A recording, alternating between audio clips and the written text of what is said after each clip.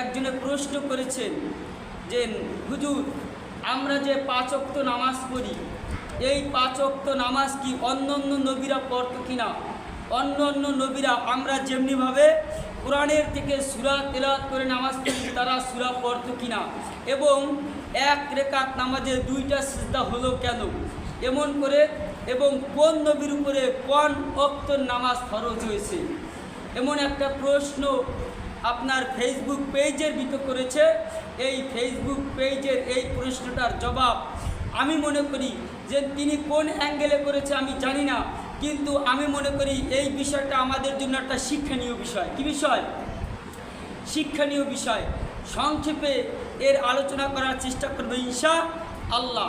আপনারা এই পৃথিবীর জমিনের ভিতরে যেই ফতুয়ার কিতাব রয়েছে তার ভিতরে শ্রেষ্ঠতম একখানা ফতুয়ার কিতাবের নাম আছে ফতুয়ায়ে সামি। কিতাবের নাম কি?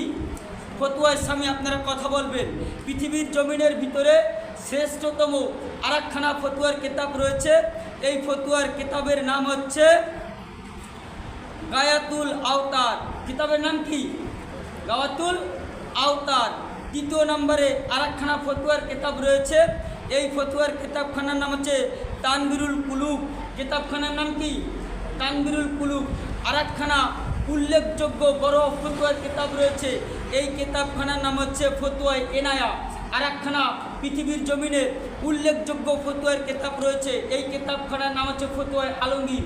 আরেকখানা ফতুয়ার কিতাব রয়েছে বিশ্ববিখ্যাত কিতাব। এই কিতাবখানার নাম হচ্ছে দুরুল মুখতার। বলেন সুবহানাল্লাহ। এই কয়টা কিতাবের থেকে আমি ওই ব্যক্তির মাসালা, ওই ব্যক্তির প্রশ্নের জবাব আমি বের করে যখন এই অন্ধকারের ভিতরে রেখে দিলেন, আস্তে আস্তে করে যখন রাত্র শেষ হইতে লাগলেন এবং আবার চিহ্ন আপনার এই পরিষ্কার হইতে লাগলেন, অন্ধকার দূরীভূত হইতে লাগলেন। এই অন্ধকার দূরীভূত যখন হইতে লাগলেন, এই অন্ধকার দূরীভূত হওয়ার কারণে আদম আলাইহিস সালাতু ওয়াস সালাম 1 রাকাত নামাজ পড়েছিলেন শুকরানা শরীফ। বলেন সুবহানাল্লাহ। এরপরে যখন আবার আলো প্রবাহিত হলো, আলো দেখা গেল, দিবস চলে আসলো।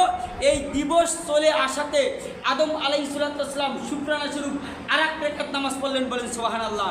আল্লাহ রাব্বুল আলামিন খুশি হইয়া এই 2 রাকাত নামাজকে পরবর্তীতে আদমের উপরে ফরজ করে দিয়েছিলেন। বলেন সুবহানাল্লাহ। সম্মানিত উপস্থিতি, এরপরে হচ্ছে আমাদের নিকটে আমরা করি জোহরের নামাজ। কিসের নামাজ? জোহরের নামাজ আমরা আদায় করি। এই জোহরের নামাজ আল্লাহ রাব্বুল আলামিন ফরজ করেছিলেন হযরতে ইব্রাহিম আলাইহিস সালামের উপরে। কার উপরে? হযরতে ইব্রাহিম আলাইহিস সালামের উপরে আল্লাহ ফরজ করেছিলেন। এই ফরজ হওয়ার আমি সংক্ষিপ্ত কারণ বলবো।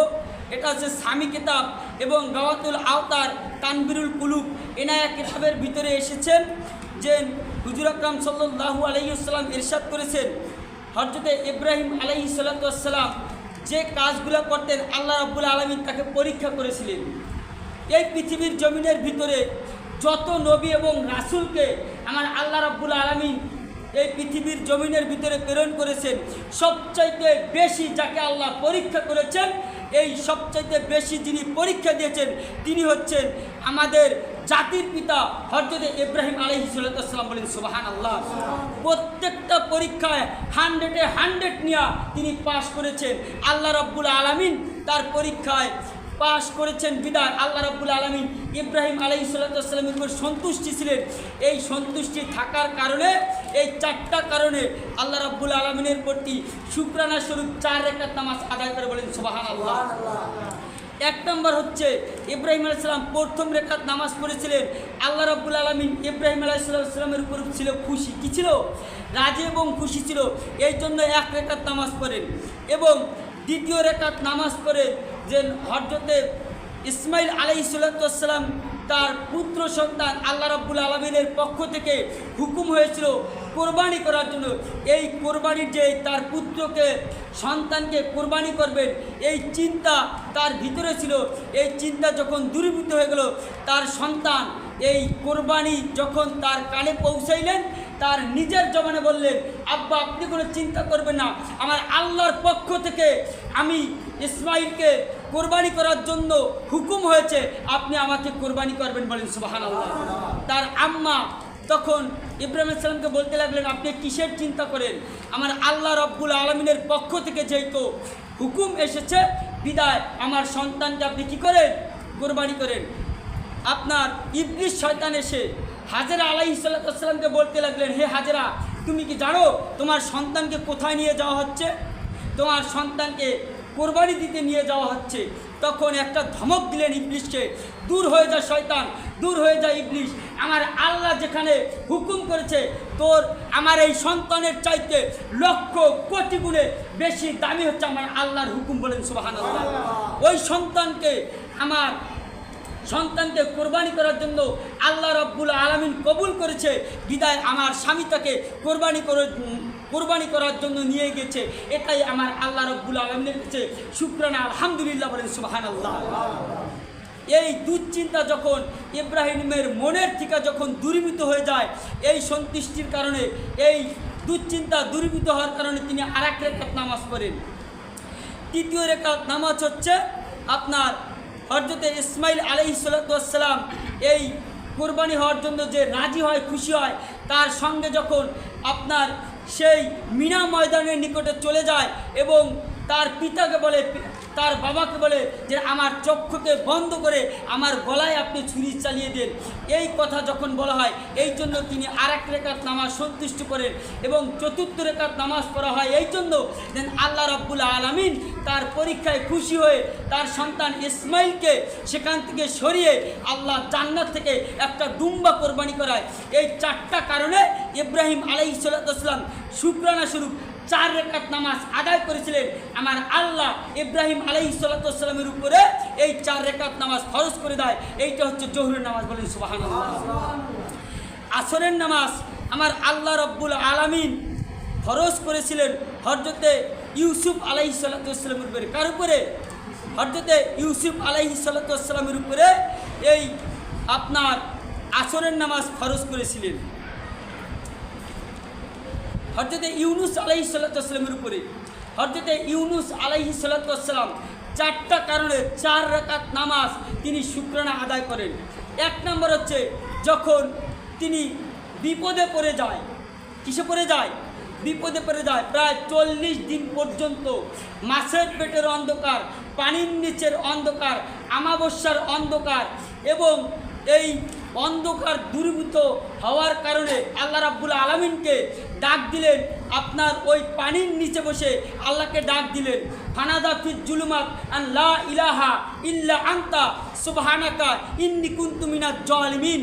যখন হযরত ইউনুস আলাইহিস সালাম এই পানির তলদেশে বসে আমার আল্লাহর জিকির করতে লাগলেন, আমার আল্লাহকে ডাক দিলেন, আল্লাহ সাথে সাথেই হযরত ইউনুস আলাইহিস সালামের ডাকে সাড়া দিলেন।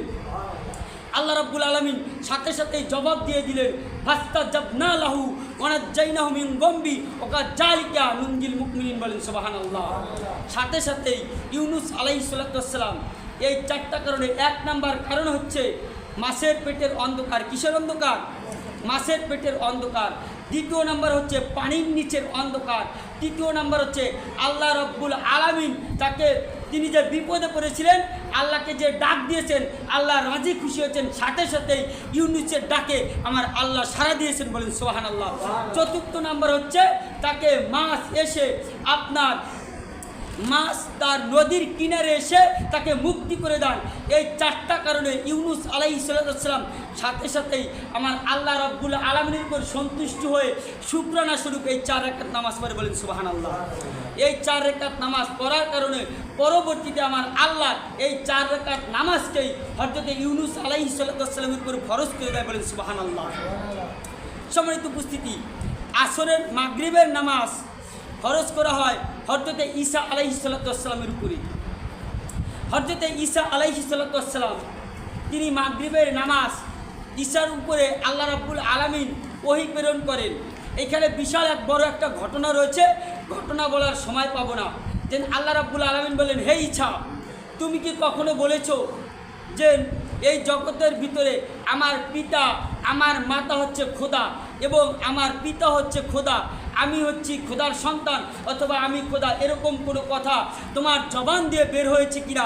তখন সাথে সাথেই আল্লাহ রাব্বুল আলামিনকে বললেন, হায় আল্লাহ, আমি আমার পিতা খোদা নহে, আমার মাতা খোদা নহে, আমি খোদা নহে, একমাত্র আমার রব, আমার প্রভু, আমার সৃষ্টিকর্তা, আমার পালনকর্তা, আমার রিজিকদাতা একমাত্র আপনি আল্লাহ। এই কথা বলে শুকরানা স্বরূপ 3 রাকাত নামাজ আদায় করলেন। এই 3 রাকাত নামাজ হচ্ছে মাগরিবের সময়, মাগরিবের নামাজ। এই মাগরিবের নামাজ তখন আল্লাহ রাব্বুল আলামিন হযরত ঈসা আলাইহিস সালামের ফরজ করে দেয়, বলেন সুবহানাল্লাহ।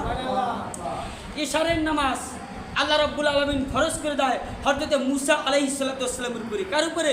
হযরত মুসা আলাইহিস সালামের উপরে আল্লাহ রাব্বুল আলামিন এই 4 রাকাত ইশারের নামাজ ফরজ করে দেয়, বলেন সুবহানাল্লাহ। এরপরে আমরা যে বেতেরের নামাজ পড়ি, এই বেতেরের নামাজ ফরজ ওয়াজিব হয় আমাদের নবীর উপরে, বলেন সুবহানাল্লাহ। কার উপরে?